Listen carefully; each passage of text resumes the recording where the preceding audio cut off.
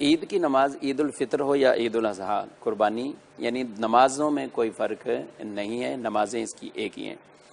عید الفطر کے لیے ابتداً جو نیت کی جاتی ہے اور وہ زبان سے کہہ لینا اچھی ہے بات ہے، ورنہ دل میں ہی نیت ہونا کافی ہے۔ بعض اوقات کلمات یاد نہیں رہتے تو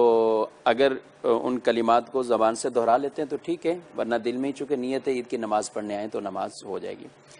نیت یہ ہے کہ 2 رکعت نماز عید الفطر واجب 7 زائد 6 تکبیروں کے، ٹھیک ہے۔ 2 رکعت نماز عید الفطر واجب 7 زائد 6 تکبیروں کے، ٹھیک ہے۔ اب بقیہ نیت وہی منہ خانہ کعبہ شریف کی طرف پڑھنے واسطے اللہ تبارک و تعالیٰ کے، اور تکبیر کہتے ہوئے سب سے پہلے جو ہم نماز شروع کرنے کی تکبیر تحریمہ، اللہ اکبر کہتے ہوئے اپنے ہاتھوں کو باندھ لیں گے۔ باندھنے کے بعد ثنا پڑھیں گے، سبحانک اللہم و بحمدک، یہ آخر تک پوری ثنا پڑھیں گے۔ اس کے بعد 6 میں سے 3 تکبیریں پہلی رکعت میں ہوں گی اور 3 بعد والی رکعت میں ہوں گی۔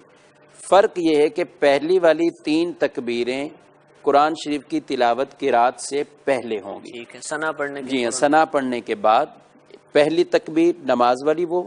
اللہ اکبر کہتے ہوئے نماز کو شروع کیا، ثنا پڑھیں گے سبحانک اللہم و بحمدک آخر تک،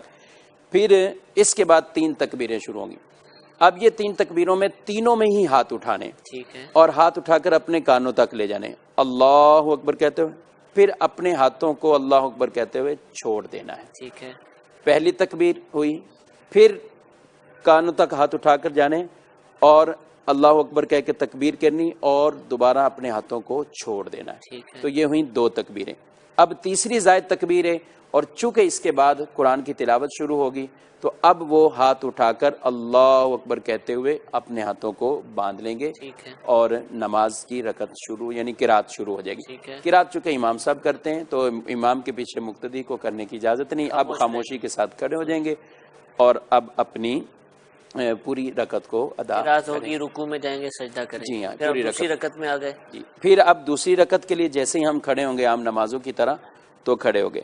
اس کے بعد ڈائریکٹ امام صاحب قرات شروع کر دیں گے، ٹھیک ہے، بالکل ہاتھ باندھ کے ہم کھڑے رہیں گے، اور قرات ہوگی، سورہ فاتحہ کوئی سورت پڑھی جائے گی۔ اب اس کے بعد پھر اپنے ہاتھوں کھول کر اب 3 تکبیریں ہوں گی، اللہ اکبر پہلی تکبیر، پھر اللہ اکبر کہتے ہوئے دوسری تکبیر، اور پھر اللہ اکبر کہتے ہوئے پھر ہاتھوں کو چھوڑیں گے تیسری تکبیر، ٹھیک ہے، اور اب اللہ اکبر کہہ کر رکوع میں چلے جائیں گے۔ تو یہ تو رکوع کی تکبیر تھی۔ ٹھیک ہے۔ تو پہلی رکعت میں 3 تکبیریں سورہ فاتحہ اور دوسری سورت یعنی قرات سے پہلے ہوں گی، ٹھیک ہے، اور دوسری رکعت میں 3 تکبیریں قرات کے بعد ہوں گی۔ اچھا اب یہ ارشاد فرمائیے کہ کوئی پہلی رکعت میں آتا ہے اور امام صاحب تکبیریں کہہ چکے ہوئے ہیں اور قرات کے دوران یہ شامل ہوتا ہے، اب یہ کیا کرے گا، اس کی تکبیروں کا کیا؟ جی ہاں، اب یہ آیا ہے تو اس کو ڈائریکٹ اپنی نماز کو شروع کرنا ہے، اور پہلی تکبیر کر کے یہ اپنی وہ نماز شروع کریں گے۔ اب اگرچہ قرات شروع ہو چکی ہے تو یہ تینوں تکبیریں کہیں گے، پہلے کہے گا، یہ پہلے تینوں تکبیریں جو زائد تکبیریں، ٹوٹل 4 کہے گا، یعنی ایک ٹوٹل تکبیر 4، تحریمہ، پہلی تکبیر تکبیر تحریمہ، ٹھیک ہے، اور 3 تکبیریں زائد کہہ کر پھر یہ امام کے ساتھ قرات میں یعنی امام قرات کر رہے ہیں یہ نماز میں شامل ہو جائیں گے، ہاتھ بھی اٹھاتا رہے گا، ہاتھ بھی اٹھاتا اچھا رہے گا۔ پہلی تکبیر کے بعد یہ ثنا بھی پڑے گا یا بس اب اس کو تکبیریں کہیں؟ اب ثنا نہیں پڑے گا، قرات چونکہ شروع ہو چکی ہے تو اب یہ تکبیریں کہنے کی اجازت ہے، اور یہ ابھی اس کا محل بیان کیا گیا کہ یہ زائد تکبیریں کہہ لیں۔ اچھا اب یہ قرات بھی ہو گئی اور امام صاحب رکوع میں پہنچ گئے، اب یہ پہنچا ہے جس وقت پہلی رکعت میں ہی پہنچ جی گیا، پہلی رکعت، جی جی۔ تو اگر یہ امام صاحب رکوع میں ہیں اور یہ ابھی پہنچے ہیں تو اب ایسی صورت میں اگر اس کو ظن غالب ہوتا ہے، اپنا گمان مائنڈ اس کا یہ بنتا ہے کہ ایک بعض اوقات امام کو دیکھ رہے ہوتے ہیں ابھی بھی گئے امام نا، تو یہ اس وقت اگر تکبیر کہہ کر اب اس کو ہاتھ تو نہیں باندھ رہے، ٹھیک ہے، تکبیر اس نے کہی اللہ اکبر، یہ نماز شروع کرنے والی تکبیر، اس کے بعد فوراً یہ 3 تکبیریں کہہ دیں۔ ٹھیک ہے، اگر اس کا یہ گمان بنتا ہے کہ مجھے رکوع مل جائے گا تو یہ 3 تکبیریں کہہ لیں، اور اگر یہ رکوع میں ہی شامل ہو جاتا ہے، اس کا یہ معنی کہ کیونکہ رکوع سے اگر امام اٹھ گئے تو پھر یہ رکعت ہی فوت ہو جائے گی ایک لگا، تو یا اگر یہ نہیں ہے تو پھر یہ دوسری اس کے لیے مرحلہ یہ ہے کہ یہ رکوع میں چلا جائے، ٹھیک ہے، یعنی اس نے اپنی نماز شروع کی اللہ اکبر امام کے ساتھ اور رکوع اس نے کر لیا، اب جیسے ہی یہ رکوع میں گیا تو اب رکوع میں تکبیریں کہہ لیں، رکوع میں کیسے کہے گا؟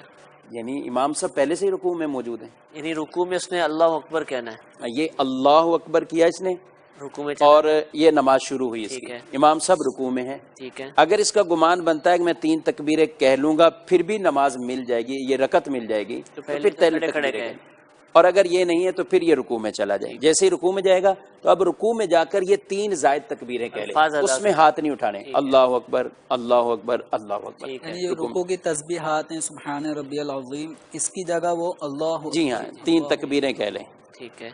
تو یہ تو ہو گیا پہلی رکعت میں تاخیر سے آنے کی صورتوں میں کیا کرنا ہے۔ جی ہاں، دوسری رکعت میں آ گیا ہے، وہاں قرات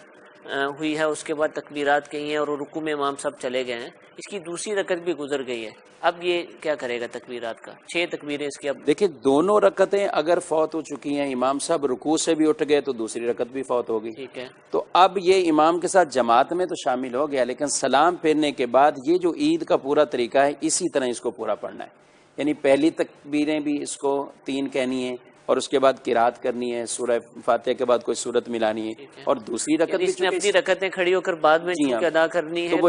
اس میں اس کو پڑھنی پڑے جو عید، یہ اس کے لیے جس کی دونوں رکعتیں ہی رہ گئی، ٹھیک ہے، اور جس کو 1 رکعت ملی دوسری والی، جی جی، تو اب دوسری تو اس کو مل گئی اور اس کی پہلی رکعت رہتی ہے، تو امام کے سلام پھیرنے کے بعد جو پہلی رکعت کا طریقہ کار ہے اس کے مطابق یہ اس کو پڑھ لے۔